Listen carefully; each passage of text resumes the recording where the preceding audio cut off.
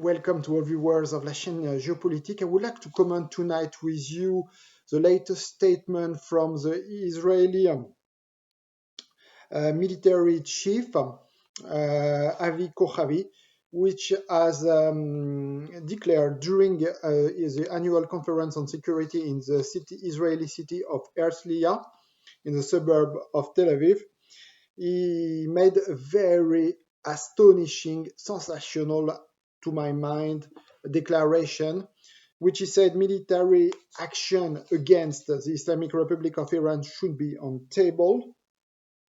And he continued his speech stating that a return to the 2015 nuclear agreement, so the JCPOA, the Vienna Agreement, or even if it is a similar accord with several improvements, is bad and wrong from an operational and strategic view.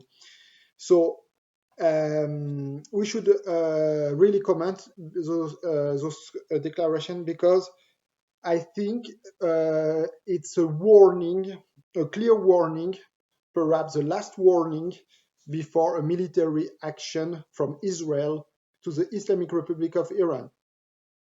At the same time, we should still keep in mind that actually this war has already started. I mean, on the Syrian ground. I mean, every day, especially over the last days, the intensity of the Israeli strikes on the Syrian territory has never been so significant than over the last 5 years. Just last week, we reported the death of 60 people in a couple of strikes on Al Bukamal and Deir Ezor, among them 50 soldiers from Afghanistan who came to defend came to defend Syria, and those strikes have been now led on a daily basis on the Syrian territory. So we see that first on the Syrian front, we see let's say that strikes have stepped up.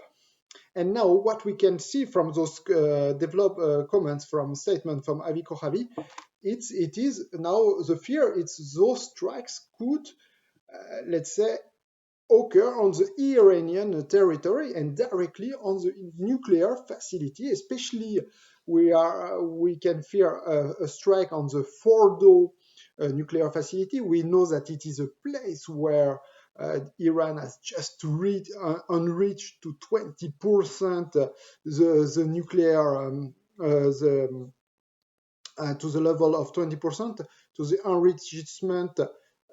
So we know that since 4th of January, Iran has publicly declared that now it will enrich to 20%, and we know that we fear that such enrichment could occur at the Fordo nuclear facility, which has not been expected since years right now, this place.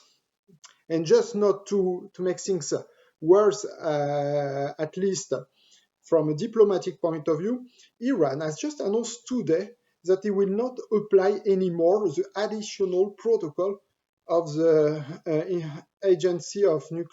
Nuclear Agency Convention, which allow unannounced visits. So those unannounced visits will now be banned by Iran to the nuclear agency, the watchdog of those agreements.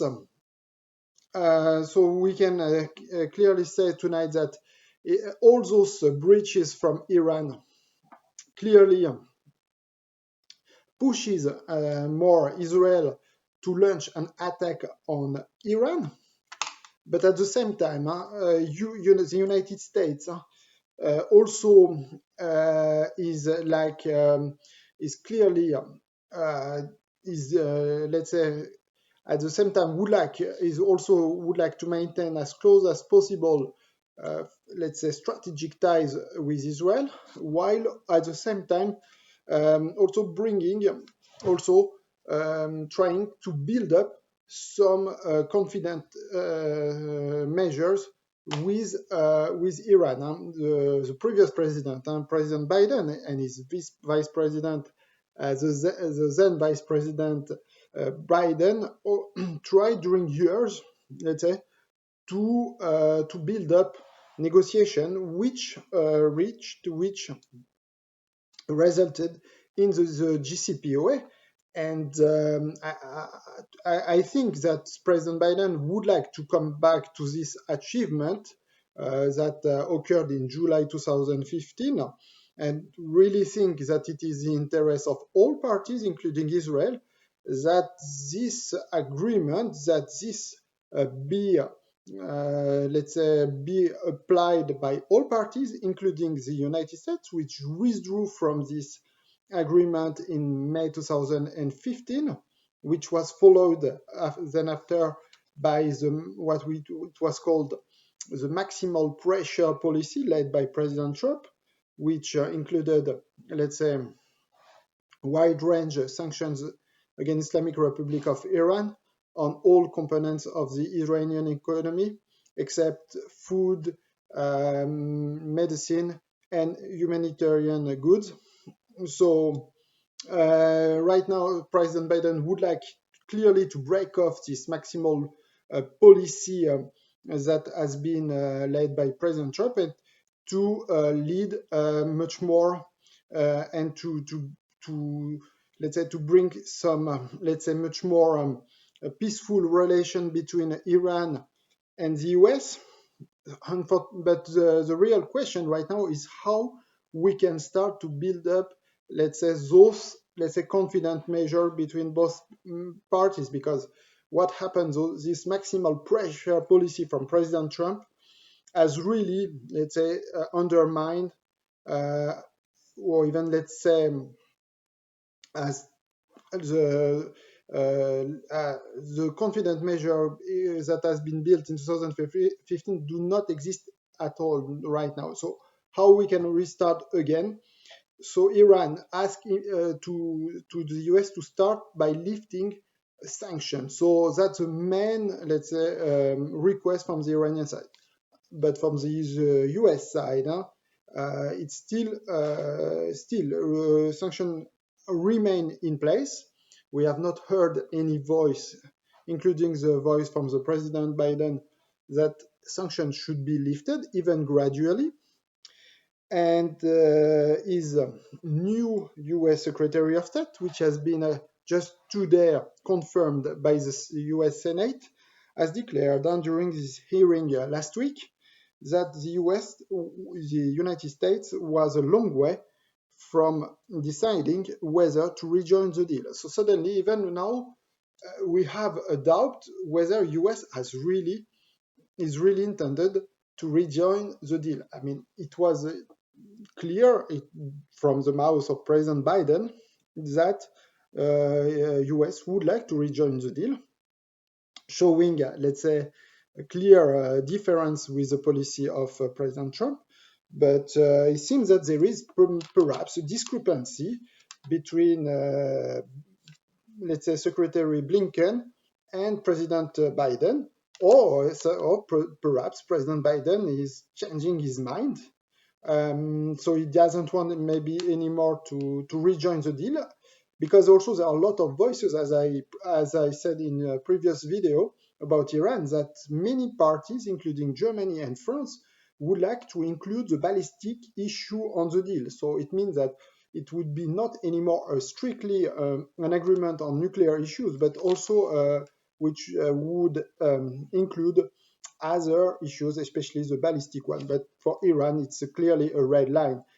Iran does not want to talk about ballistic issues which touch the, let's say, the core of the sovereignty of the Islamic Republic of Iran. So Iran is only ready, willing to discuss about the nuclear issues. So we see really clearly that it seems that there is a clear stalemate, impasse, about how just to start bringing some confidence between parties, between the US and Iran. And the problem is for US is clearly to to gain confidence to to maintain, as I said, from one side is strategic relation with Israel, and from the other side to find a peaceful, let's say, the way to rejoin the deal. So we see that for President Biden, it seems that it is clearly the main challenge, and his Israeli ally clearly put enormous pressure on him. It's extremely rare, and that a military address directly to the US president. Normally, it comes from either the prime minister or from a minister. I mean, it's probably unprecedented even in the Israeli, let's say, history to see a military, let's say, clearly, um, clearly giving a challenge to the U.S. president, especially once again 6 days after coming in power. So it shows that the mandate and the term of President Biden start very rocky.